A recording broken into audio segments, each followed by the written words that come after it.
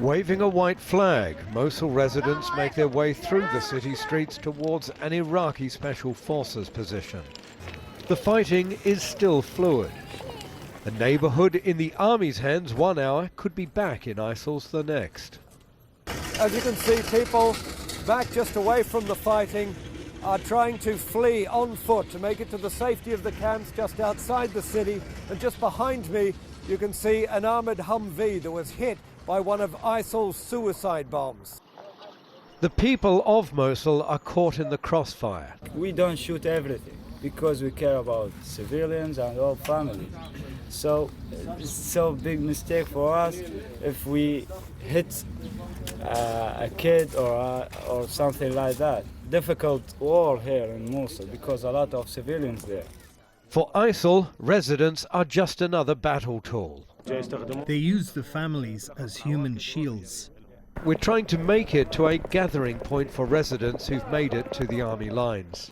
There is a sniper down around the corner here covering this open ground. You may be able to hear him. The only way to get through this area is with an armored vehicle, and even they are passing at high speed. We take a different route in the other direction. Well, we're proceeding forward on foot. The Humvees had to stay in the rear in case there was a rearguard attack by ISIL. It's not the most reassuring feeling. We just had a mortar fly just above our heads. And of course, down some of these alleys, there are still ISIL snipers. And just ahead, we can see yet another wave of displaced people coming towards us. Finally, we reach our destination.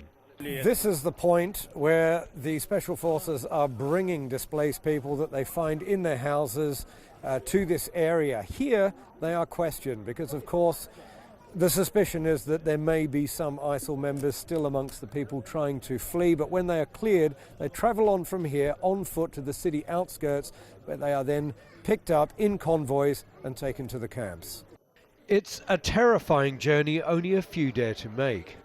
People are happy to talk, but only with their face hidden. The battle started with mortar shelling, and both sides began to exchange fire.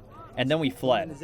Fleeing is really hard for us, because when you go outside, there's a 50% chance you will be killed, and a 50% chance you will make it. But the situation puts you in a position where you have to take that chance.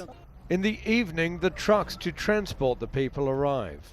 These people will be taken to the camps outside the city. Life there is not easy, but at least it's safe. Barton, CCTV, Mosul.